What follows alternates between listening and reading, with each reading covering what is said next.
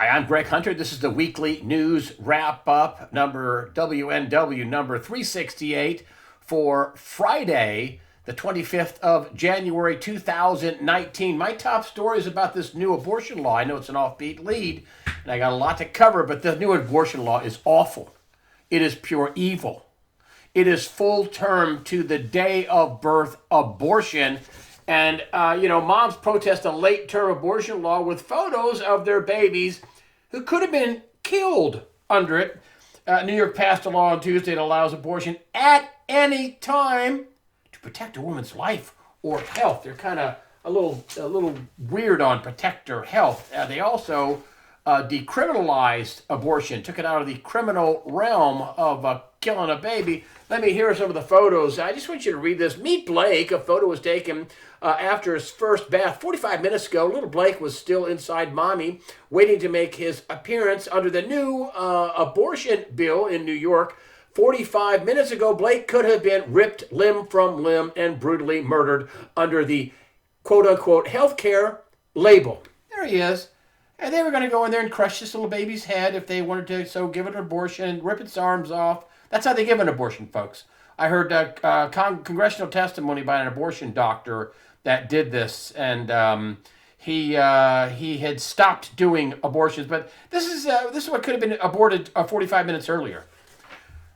Ladies, if you're being told that this is your right and it's a woman health issue, you're being lied to. You're committing murder, and it's a sin, and you will not be. This is going to go hard on you in your life here on earth and otherwise, I suspect. And you're not going to be able to stand in front of God the Father and say, well, it was legal.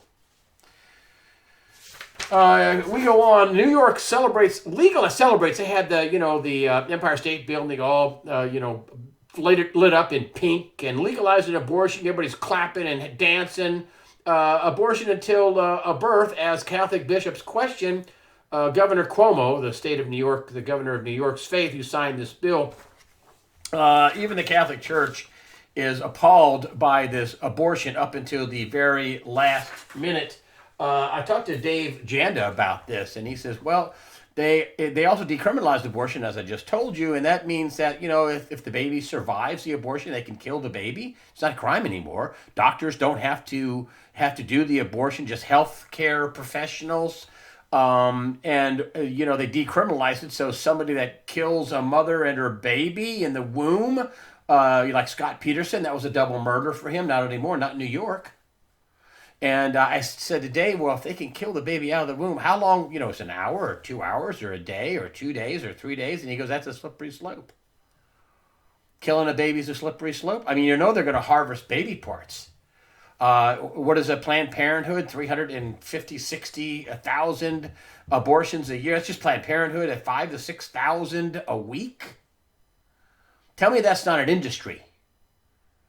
You have stories on about young blood, the harvesting of young blood. Do you think they're getting some of that from babies? And it ain't tissue; it's their babies with their organs. And now they have late-term abortion. It means the organs are in perfect shape, other than killing the baby. So that's just some evil stuff. Some of my friends are saying this is gonna not go well for New York. This is going to be some real judgment for them. I also called Mark Taylor, the firefighter that predicted the Trump win and all kinds of other Trump prophecies about the Supreme Court. And he'll replace 5 Supreme Court judges. That's one of his prophecies. He also says God changes his mind and it may go be 6. Talk about that in just a second. I called him and said, what do you think about this? I want to talk to you about this abortion law. And of course, it's repugnant and horrible and evil. And he says, but I will tell you that this is going to be the beginning of the end of abortion in America. He says, this is going to get fought all the way to the Supreme Court. And Trump already has a 5-4 court, although he says he's worried about John, Roberts, the Supreme Court judge, because he may be tangled up. So Taylor says, and this is not a prediction. He says that he may be tangled up in the whole FISA court judge. He was the one that promoted the FISA court judges, and he's the one that placed the FISA court judges on the bench with this failed coup that the mainstream media will not report on because they were part of the media leak strategy, at least some of them. And he says that no, this is going to be this is going to work against the people, the abortion people, the pro-abortion, the pro-baby killers. He says this is going to fast track this all the way to the Supreme Court. And Ruth Bader Ginsburg says, Mark Taylor says, she's not long for the bench. If she's not already, off, if she's not already, if they're keeping her on ice or whatever, I don't know that. But, she's broke her ribs, she's had falls, she's had cancer removed from her lungs, she couldn't show up to work for a few days, while they're having hearings, and that's all oral arguments. So I can't, she's 80, 4 or 5, 83, 4 or 5, somewhere in that. So she's not long for the bench. Trump's going to be the person that probably replaces her seat, and it's going to be, what's her name, Barrett. The Catholic woman, I think she has 6 or 7 children. That's what Kamala Harris is all up in arms about, Barrett and Catholicism and religion. And she basically exposed herself for being anti-Christian. But I think it's going to be, anyway, it may not be Barrett that he puts up, but I think it's going to be a woman. They're not going to have a repeat of the Kavanaugh circus. It's going to be a woman. And I think it's Barrett. But I could be wrong. But at any rate, Ruth Bader Ginsburg is not long for this world, and that's that's going to open up another Trump appointment to the Supreme Court, and he now has more votes in the Senate than he did during Kavanaugh. So that's that's where that's going. So Mark Taylor is actually hopeful that this is going to bring the abortion issue to a pinnacle. I mean, we've murdered 60 million babies in America. It's genocide. 40% of the babies that have been aborted, roughly 40% are black. Black people are only 13% of the population. I mean, it's pretty horrible. And this is why, and the other thing is, if you can kill a baby after it comes right out of the womb, or kill a baby when it's, the day it's supposed to be born into the world and draw breath, what's stopping these evil left-wing, National Socialists? That's how Nazi was started. That's what they did. Anybody sick or mentally ill or mentally retarded or not productive in society, they just killed them.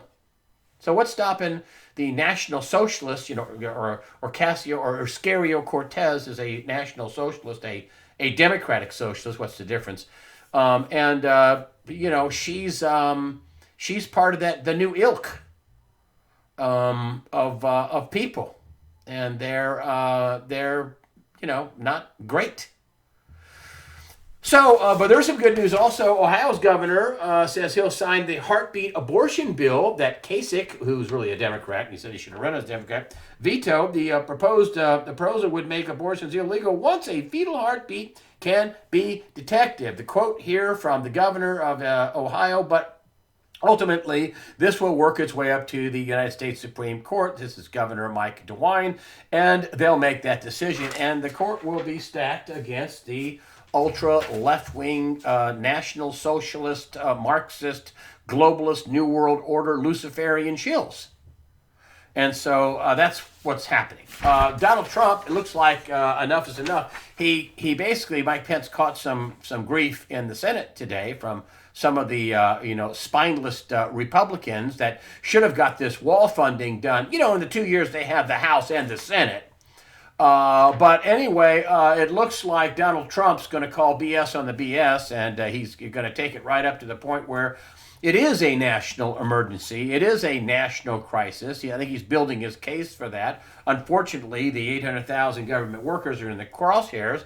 My question is, are they redesigning government? Are they going to be laying off government workers now that this 30-day period has expired? They've had 30 days, and they supposedly that the wheels can start turning to get rid of government workers that they deem they don't need. I don't know exactly how that will work out. Is that part of this? Maybe. Are they re-engineering government? As Catherine Austin Fitts said in her last interview, they may be. And this may be a good way to do it, to cut expenses. We have a bloated government, and we can't live off of just handing out people jobs and printing money for paychecks. But here we have the White House drafting a national emergency proclamation, executive order, to include $7 billion for border wall funding. This is a zero hedge story. $681 million from the Treasury, forfeiture funds, $3.6 billion. Oh, they might be able to get even more from El Chapo funds, supposedly $14 billion. Ted Cruz been working on that. $3.6 billion in military construction, $3 billion in the Pentagon Civil Works funds, and $200 million in funds from the Department of Homeland Security. It looks like it's around $7 billion for the wall, which I think he's already working on right now. And I believe he's going to push that forward.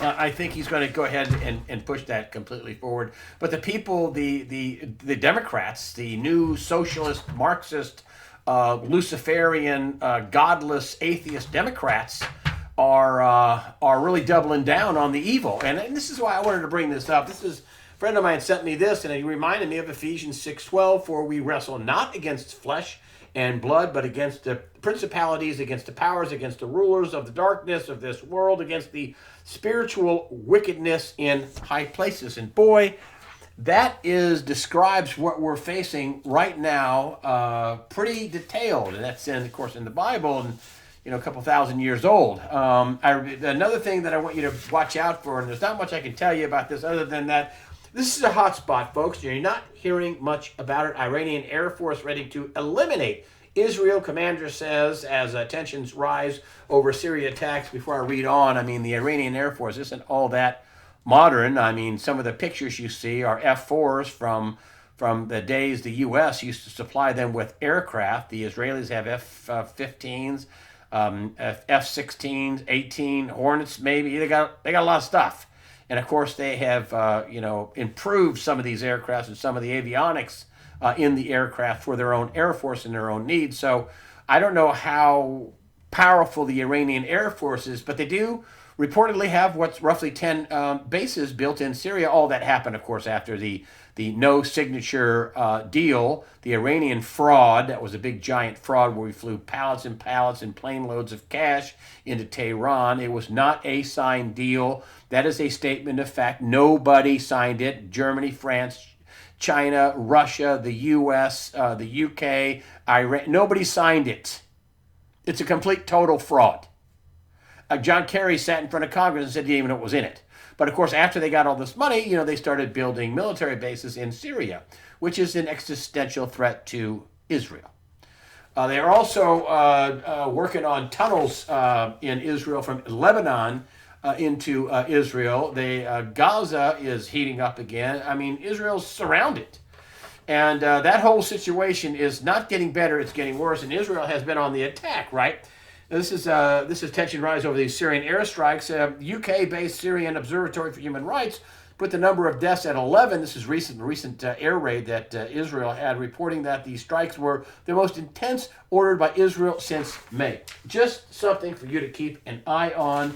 That is far from over. The Israeli, Syrian, Hezbollah, Iranian, Russian situation over there. The U.S. is trying to extricate themselves to get out of Syria, try to move their forces at least into Iraq. Just a nasty, sticky mess over there, and it could get worse and escalate at any time. Here we have in Venezuela another sticky mess. Venezuela, peaceful transfer of power or all-out civil war. And the problem, with this whole thing is the United States is recognizing Maduro's opponent. A lot of other South American countries are not recognizing Maduro as the leader, although China, Russia, and Cuba are recognizing Maduro as the leader. And I don't think he's going to go quietly.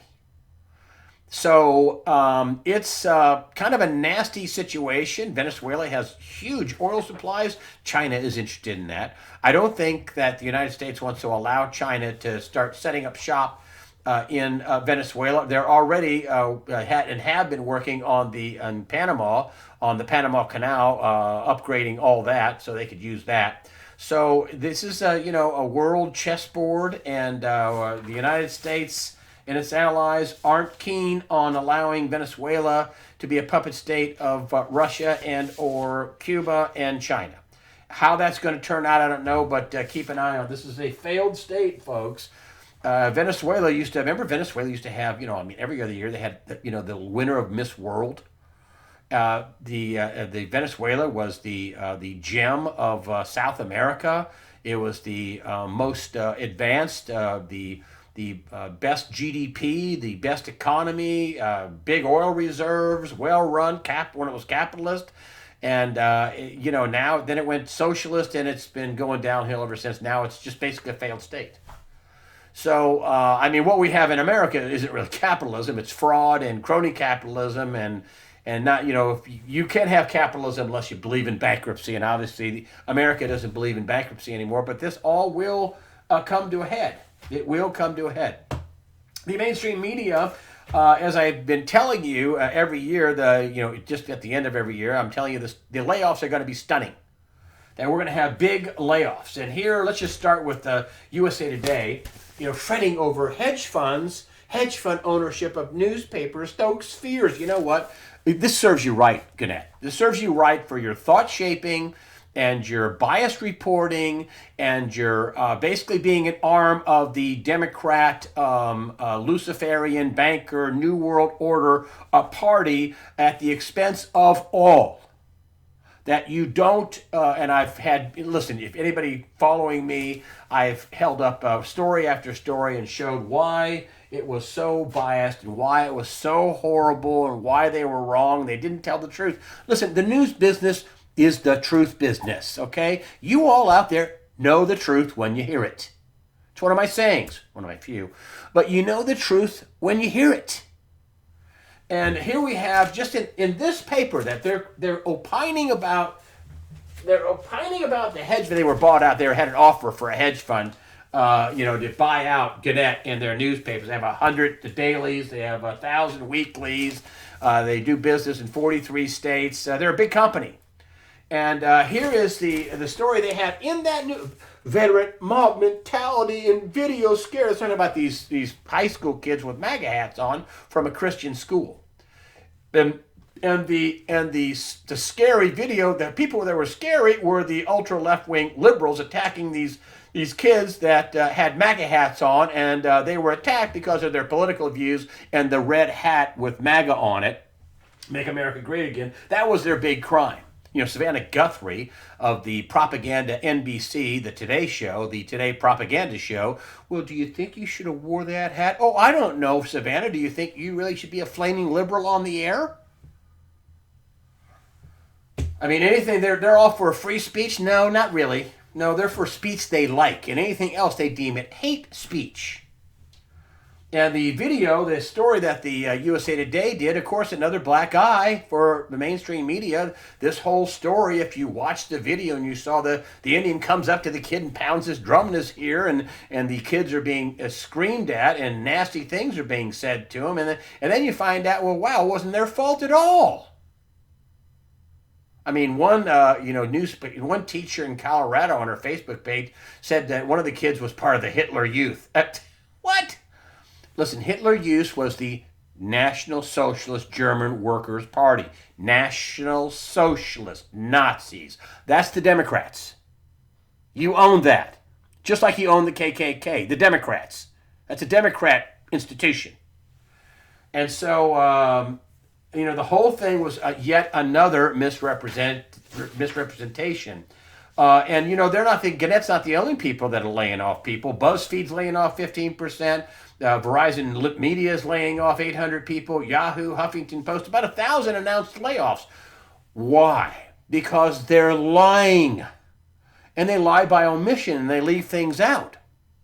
And they lie with their thought-shaping, non-news stories and what they cover and what they leave out and what they try to make you think, fake news.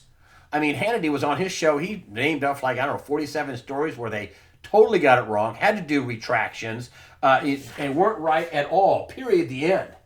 Here is Gannett, and Gannett is, in this case, laying off journalists across the country. Gannett began slashing jobs all across the country Wednesday in a cost-cutting move that was anticipated even before the recent news that a hedge fund company was planning to buy the chain. The cuts were not minor. And I say, you know what, folks? You're lying to your audience. You're more worried about social justice and thought shaping and making sure you cover the Democrats and not cover the giant scandals of Hillary Clinton. I mean, don't you think you'd sell in a few papers if you had Clinton Foundation total charity fraud, total global charity fraud, which it is? Do you think they'd sell a few papers? No. No. Yes, they would, but no, they won't cover that. It's what they leave out. What they leave out are the failed coup, the Iranian, nuke deal was a complete and total fraud. It's just one thing after another that they lie about. And they lie overtly and they lie by omission covertly. They just lie. This is why the layoffs are happening. They're not happening because they're getting tons of clicks and selling tons of newspapers and getting tons of views. They're laying off because people aren't buying their lies and their thought shaping and their social justice. They're not buying it. That's why they're laying people off. And I'm sorry for some of the people, but basically you're working for a lying organization and nobody says anything. You're all just going to keep your jobs until they just go away. And you got to compete against people like me who aren't going to lie. I don't get it right 100% of the time. But when I get it wrong, I tell you I get it wrong. And I'm certainly not going to sit here and lie to you.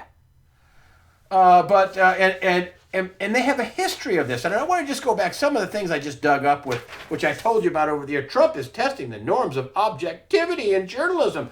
This is where the New York Times front page op-ed piece, you have to throw out the textbook of American journalism has been using for a better part of the past century, if not longer, and approach it in a way where you're never approaching anything in your career moving closer than you ever have been to being oppositional. What? You're supposed to be oppositional. You're supposed to be a fair arbiter of the truth, not being oppositional. You're not, that's not your job to destroy somebody.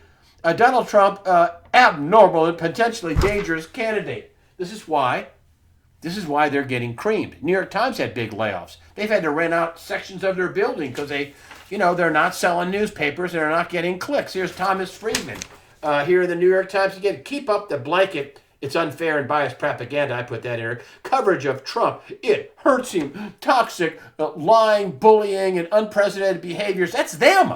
That's the media. Trump exhibits most in his rallies and treats. Translation, Trump is killing the MSM by exposing them. That's my translation. And here is, this isn't just me saying that they're biased, okay? There's several studies, one from his first 100 days of office and one from just earlier this past month. Let's start with the Harvard study. The media has been largely negative on Trump. Really? Largely negative on Trump? And let me show you what largely negative means with the Chicago Tribune. Here is that Sorensen study from Harvard, okay? Here's what it looks like. Look at the red bar. That's negative. That's CNN at the top, NBC, CBS, New York Times, Washington Post. Hey, it goes overseas, too. I mean, this organization over here was only, 2% of the time was positive? That's not journalism, folks. Barack Obama had 60% positive in his first 100 days of office. 60%. Does this look anywhere near 60%? No, it's 80, 90 some odd percent of negative coverage. And this is the Sorensen Center on Media Politics, Public Policy, based out of Harvard. This is May of 2017. This is by the numbers. This is what I think, folks. This is their own liberal studies, and this is hardly a bastion of right-wing conservatism, Harvard. And their studies say, yeah, we're a bit biased. Really, you're a bit biased. And then we go on here to this story. Trump's popularity, and this is in PJ Media 11519. This is basically a story about MRC, the Media Research Center. Trump's popularity rose despite 90% negative media coverage in 2018. That kind of matches up with the ultra left-wing Harvard study. Somewhere 80, 90% negative. Not just negative, hostile. I mean, totally hostile. Jim Acosta, hostile, refusing to give up the floor, wanting as a reporter to debate the president because he thinks He's on the same level as the president, and his bosses don't take him out to the woodshed and deliver a real whooping. Actually, what they ought to do is fire. I'd have fired him the day. I'd have called you. Bring, yeah, hello. Yeah, this is your boss. Pack your stuff up. Hand in your press tags. You're fired. I'd have been firing him. I mean, listen, that doesn't mean you can't ask the boss. You can't ask Donald Trump hard questions. You should be asking him hard questions about the accounting, about the missing money, about Syria. That's all fair and good. That's all good. That's not personal. That's not hostile. That's what the press ought to be doing. And the president and his people should answer it. Now, Sarah Sanders isn't even doing the press briefings anymore. The president said, they're so biased. Might as well stop doing it. And the president can use his Twitter feed, but they're, shadow banning that. There's a story out this week about how they're censoring and shadow banning the president's Twitter feed. I mean, this is unbelievable. This is unbelievable, and they don't care whether they lose money. I mean, CNN is losing tons of money doing what they're doing. I don't think they have a single show in the top 20, and they spend millions of dollars. CNN is a technological masterpiece. I mean, it makes CBS look like a student TV station. It's just unbelievable, CNN. It's quite a technological marvel in a beautiful building. I used to work there. But it's not how much technology you have, it's what kind of truth you tell. What kind of stories do you pitch? What kind of stuff do you chase? That's what they ought to be doing. But they're willing to destroy their whole business model and lay off tons of people. And my prediction is the layoffs are just starting, folks. They're just starting. They just had the midterm elections where they were selling tons of time and tons of ads and click ads and everything else. Oh, and by the way, half of Facebook users supposedly, reportedly, they're fake. So, I mean, you talk about the fake news. And people aren't buying it. And they're literally walking away from it, which is why Gannett is getting creamed. I mean, Gannett was probably going to end up having USA Today online, but that's not going to be any great shakes. I mean, they're not breaking any stories. They're putting out thought-shaping, Democrat, New World Order, Luciferian, Council on Foreign Relation crap. People aren't buying it. I used to always tell people that, I says, it takes just about the same amount of time to do something really good as it does to do something kind of crappy, because it takes, take the cameras out, set up, do this, do that. If you just have a good idea, people won't really know whether there's foreground treatment or that's great scripting or that's fantastic. They just know whether it's good or whether it sucks. That's all. And people know what sucks. And people know what's good.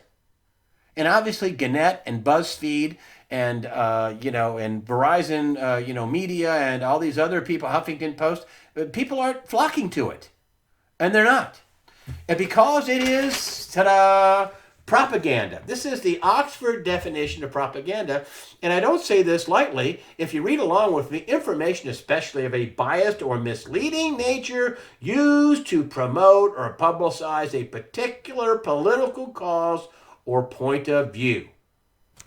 Doesn't that explain perfectly what the mainstream media is doing? And I don't feel sorry for the layoffs for these people. I feel sorry for the people that don't really understand what's going on or refuse to say, wow, we're really a propaganda machine, which they are. They're a propaganda machine. I've had talks with my local newspaper and said, how old are you? I talked to one guy, I'm 50. You better buy your name, johndoe.com.